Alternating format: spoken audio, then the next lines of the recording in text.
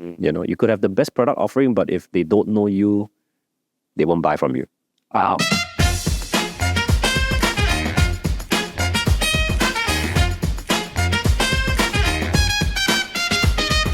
The Business Lab.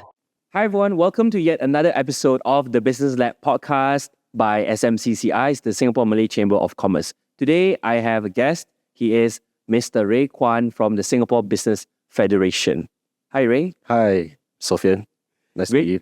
Nice to meet you and great to have you here. Thank you. And this episode is sponsored by none other than our sponsors, ID Entity and Craft by 3, and of course our media magician, Studio 5 Corp.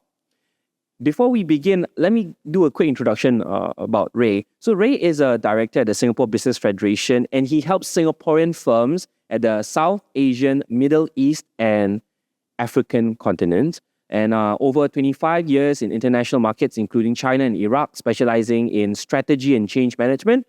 He holds a master's in project management and multiple certifications in project management and ISO auditing. So Ray, begs the question when we talk about internationalization, right? This big word here. All right, what is it about, and what should companies keep top of mind if they want to go international? Yeah, so internationalization is a big word, right? Sometimes I pronounce it wrongly as well. One of the key things about internationalization, or the key objective of internationalization, is actually to assist companies, or in their expansion overseas.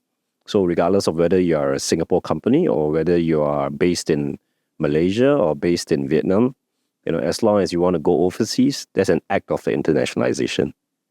At SBF, I'm from the internationalization division, and that's what we do. We help Singapore companies in their efforts on understanding better markets, landing in those markets, and after that, assisting them to localize in those economies. Okay, so very, very smooth definition there. So it's really about expansion abroad, right? So what role does SBF play to help Singaporean firms in particular? What are some of the initiatives? Right. So Singapore, the SBF has actually partnered together with Enterprise Singapore. And we have come up with a program called Global Connect at SBF. Right. This program, it's a program for Singapore companies, right, to help them understand markets better. Right. So we have a 3-step program, which it's basically learn, land, and localize. Right. If you need to understand more about the economy or understand about a country, right, you can attend our seminars, our fireside chats, our business roundtables, and workshops, right? In fact, we had just recently we concluded a workshop with SMEC, right, on UAE, and so we had a online kind of workshop together with, I think, about 15 companies. Telling them a little bit more information about the market economy of UAE, and what is attractive about UAE itself, right? And of course, after those workshops, more important, besides learning, a company wants to make money, of course, right? And that's the key objective of the company anyway. And that's where SBF then after takes that relationship to the next level, where we would provide one-to-one consults, right, on and understand the business a little bit better, find out more about what they need and what they require. It could be at any stage. A company may be totally new to the market and want to understand and see where they can develop a relationship with that market, or they could be very advanced and already have sold into the market or already operating in the market, but they have some issues. And they come to SBF and they say, hey, I have certain issues with perhaps import-export. Could you help me with my problems? Could you? So we would then bring these up to the various governments, of course, if and when we have occurred, these issues occurred. Yeah. Wow, it sounds like there are a lot of initiatives targeting the different types of companies at different stages of their That's right. which begs the question, let's say I was a business owner in Singapore, a Singaporean firm, it could be in any industry, Yeah. and I have aspirations of expanding overseas, perhaps regionally first and then globally. What would be things that you would advise someone in that position? Well, first of all, I think the want to make more money is always there, right? However, you need to understand a little bit more about your own organization. Take a step back and find out, are you ready to make the next step? Not only must your organization be financially ready, right? Your organization also needs to be emotionally ready, right? When I say emotionally, it means that your management team, your entire team, it's ready for next step to move forward into another region, because you're going to experience a lot of different experiences. You're gonna have some could be frustrating, some could be joyous. And then along the way, you would have all this kind of different experiences and mix up the entire play of internationalization work. Yeah. Wow, that's interesting. I did not expect that answer, which is emotional readiness of the team. That's right. Why would you say that's an important factor? A lot of people are raring to go. CEOs may say, "Hey, there's opportunity there." Salespeople will also say there's opportunity there, but your technical and your operations may say, "Hey, we're not ready." We are ready to go for the CIS countries, for example, but our product is not CIS ready. I've not converted all my products into Russian language or the Kazakh language or the Uzbek language. I've not converted it into Swahili if you're selling into Kenya, right? Or I've not translated it into Tamil or into any other language, which is required. So technically, you need to be ready, and then you have a group of people who is raring to go, but you have a group of people telling you, "Hey, we're not ready yet." So emotionally, everybody needs to be at the same place. Wow, that's really insightful.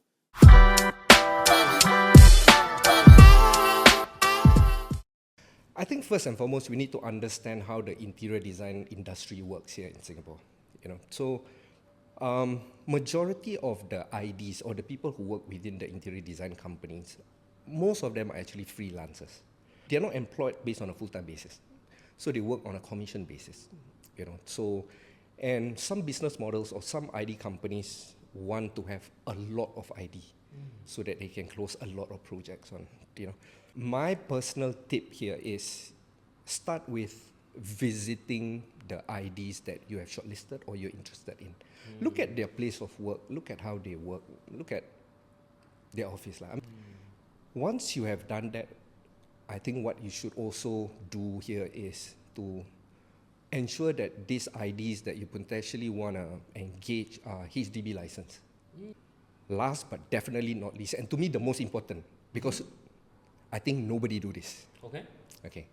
Once you have confirmed, or let's say for example, you really want to sign with this ID company, right? Go to Accra website and pull out the company's profile. Firstly, you know who are the directors, you know where is their office, you know when they were incorporated. Most importantly, you know how much they actually put in as the initial investment or the capital. So in the context of my industry, right, the ID industry, right, I always advise my clients, don't look for cheap, look for value. Okay? Because cheap don't guarantee you that you're going to get what you want. Okay? Because in order to be cheap, there are corners that I need to cut. But instead look for value. And when I talk about value here, it's not just what I use to build your home, how I communicate with you, how prompt am I? How am I? How I can advise you? These are all the value I add. So like for us, because I maintain a very small team, right? So we only manage between 2 or 3 projects a month. We don't do a lot of projects. So this way, my people are better at managing that project. We are at site more frequent. We are constantly there to check if there are mistakes being made. And our communication with the owners are more frequent, more kira macam more in depth. We are able to correct.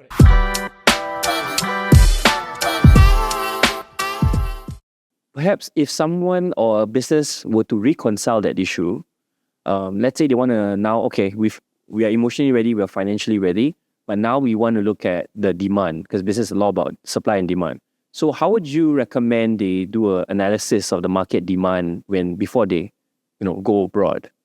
Well, I look after I would say the frontier markets, Africa, Middle East, and South Asia. I would say the natural instinct for any businessman in Singapore would be, the first step would be to go into ASEAN, right? Look at ASEAN as a market if your products and services are available and able to penetrate into these markets, right? For example, I wouldn't tell someone who sells frozen pork to penetrate into the Middle East market. That doesn't really make sense, right? So it's very product dependent, and or service dependent. And if you're ready with a certain product, then you can make the next move, right? So once you are ready, the first step you need to do is essentially look at maybe some forms of market research, some forms of training, some forms of education, right? First thing you need to do is get educated about the market. What's the market size? What's the addressable market size, which is different from market size? How likely would your product will survive in that country or that region? Besides a certain country, you want to look at the regional perspective as well. Because you don't want to plant your foot into just one country in that region and only sell to that country. What you want to do is be able to say, in 3 to 5 years, I'm able to sell into the region. Wow. Right? And how then can, from that region, expand out to another region, or so on and so forth. Amazing. So have a bigger vision, not just targeting one country, but looking at the region itself. So while you're preparing yourself to go into one country, you need to look at the regions. You need to be able to say, hey, my product is able to be regional, but I've got to start in this market first, right? And if it's successful, then I move on to the region. Oh, definitely a lot of foresight and planning needed, something like that. Yeah. Yeah. Amazing. And you alluded to something just now, which is the importance of knowing the cultural sensitivities and the climate. Yes. What's the role of understanding a culture before expansion? Can you share with the viewers a little bit more? Yeah. So there are many different nuances in different regions. For example, in the Middle East, right? What they like is actually very much face-to-face and relational kind of experiences. Yeah. So you can't really you can't do business from Singapore and expect to close a deal from online. You need to have, you probably be needed to fly, or you probably need to fly over a few times, and perhaps plant a flag there and just sit there and, I like to say, yeah, you just need to sit there and la copy, with these people. Because they like the relation, they like to build that relation, right? Whereas certain other economies, they are very fast-paced, and as long as you provide them with the correct specs and everything, they're happy to deal businesses with you. So it's very culturally sensitive in different regions, right? Europe may practice more of as long as your specs are okay, everything is okay, I don't need to see you. Right, but the different regions will have different feelings. Oh, okay. So I wanted to zoom in on a word that you mentioned, which is the la copy part, which is the building of relationships. Yes. How do you see business owners working on their relationship building skills for expansion of business? Because I'm sure it's different in a different context, industry, and region. So what are some of the best practices for relationship building that you've discovered?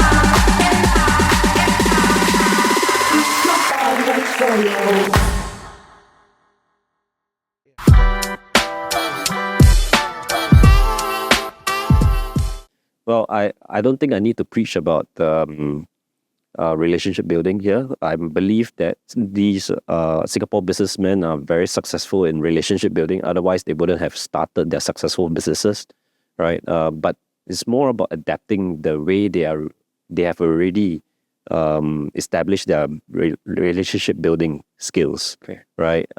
Into a different culture, Yes. right? For example, we have to be a little bit more patient in the Middle East. Nothing works overnight, right? We can't expect Singapore's standard of response or Singapore's standard of efficiency in other countries, right? Singapore is an anomaly. I would say we're probably one of the most efficient countries in the whole world. And we cannot set that kind of expectations for our counterparties overseas, right? Sometimes what you think is a short gestation period for a deal may end up being a long gestation period for a deal, precisely because sometimes the relationship is not built yet. You know, you could have the best product offering, but if they don't know you, they won't buy from you. Wow. Yeah, you need to know, like, and trust, and you do Yes. business with someone. Yeah. So I guess what you're alluding to is the importance of knowing the sensitivities of each culture and not imposing our expectations Yes. in terms of how we want to operate overseas. So let me perhaps validate that, or I would say justify that a little bit more. You know, things worked out during COVID because nobody could travel, so you had to do business online, right? But with the opening up of all the economies and COVID now being easily handled, right, or in a more efficient manner, you'll see that businessmen would prefer the physical handshake. They want to see you face to face. They want to look into your eye and say that they are able to trust you. Right. And I think it is not only an Asian perspective, but it's kind of a global perspective of everybody wants to have that handshake, to just meet face to face to say, hey, I know you face to face. I know you as a person now. Yeah. So that kind of connection is important in the business world, especially in where I come, the region that I look after. Yeah. Wow. Okay, that's cool. So since you mentioned about the regions that you're looking after, could you share some successful entrance into those regions that you're currently looking after? What were their best practices when they entered the market? Right. So I believe a lot of companies, they would have several ways of doing business, right? The most efficient and the best way is actually to follow your customer. Your current customer or client may establish overseas, and they invite you overseas. And if it makes sense for you to actually follow them, and you get a kind of like a benefit from there, or I would say a healthy profit margin, then that's the best way to move forward, because then you can after that establish yourself through already. It's like giving you a contract, and you just need to establish yourself, and after that, look for more business, right? So that's the easiest way to get into a business, into an economy. The other way but a more structured approach would be first do your market research. Okay. Reach out to SBF, reach out to us, ask us about the different market economies. Reach out to the various embassies which are here to find out more information, right? If they don't have these connections, come to us and we'll get you connected with the different organizations overseas, right? On top of that, we also, SBF is widely, we have more than 200 MOUs with different countries, where we work with our counterparties. SBF at the Apex Chamber of Commerce, we have MOU signed globally with all the different Apex Chambers of Commerce. And we will, through our relationship with these Chambers of Commerce, provide assistance from there. So we could, for example, if someone calls me and say, hey, I'm in Dubai right now, can you help me get some meetings? Say, okay, hold on. I know Dubai Chambers. Let me get the representative from Dubai Chambers, and then after that meet you. He or she can probably help you get a few meetings. on top of the people that I already know in different industries, right? So besides the personal relationships which I've already built, of course, they are my I would say multipliers, Yes. right? And they will be able to assist you in those meetings as well. Just for the sake of setting context here, are there any requirements before they can expand or even approach SBF? What are some of the things they should know? There are no requirements before they can approach SBF about for all these services. These services are provided pro bono to Singapore companies, right? As long as you're a Singapore company, we will consult, right, and provide that time for you, where you'll be able to learn more, right? And of course, assist you we do have a 8-step program, Okay. right? Where the first 4 steps, of course, it's free consultation. But for internationalization work, there are a few steps which you need to take. We would ask you to have what we call a reflective survey, Okay. right? Where you really take down notes about yourself, yourself being your company. Yeah. Are you financially ready? Are you emotionally ready? Are your products ready? Why do you think in the first place? You should expand in this economy? What's your own justification?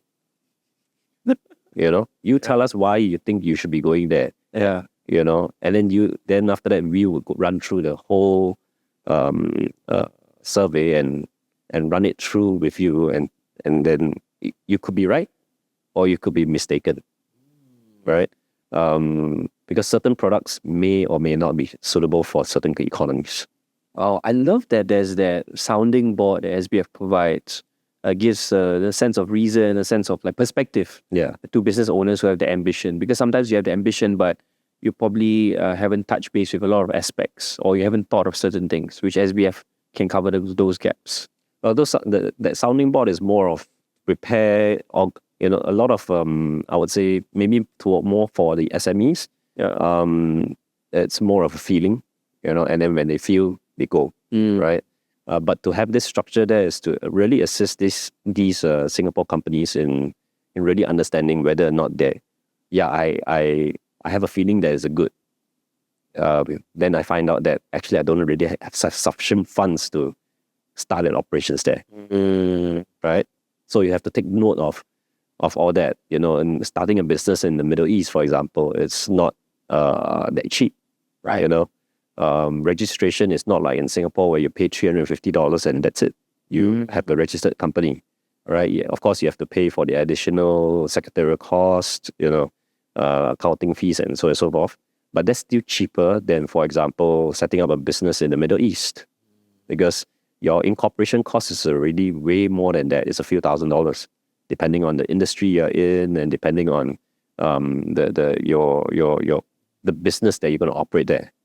Right, so this is something which we need to take note of, and that's not inclusive of your rent, your hiring of people, and the HR laws are different, right? So all these aspects have to be taken into consideration. For example, it's easily justifiable that in UAE the salaries are approximately 30 to 40% higher, because most people have to pay rent, so you have to pay for the transport allowance as well as housing allowance, which is compulsory in the contract, right?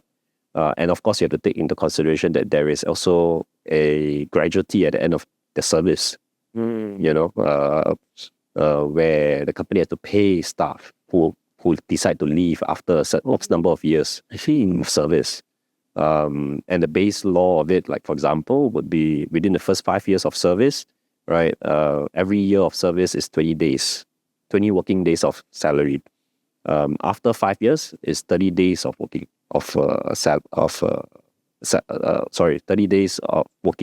working days of salary. So if I work with a company for 5 years, right? So it's 5 times 20. right? That's 100 days. But in a month, typically there's about 20 working days, right? So essentially, I need to be paid 1 month every year for service which I've been given.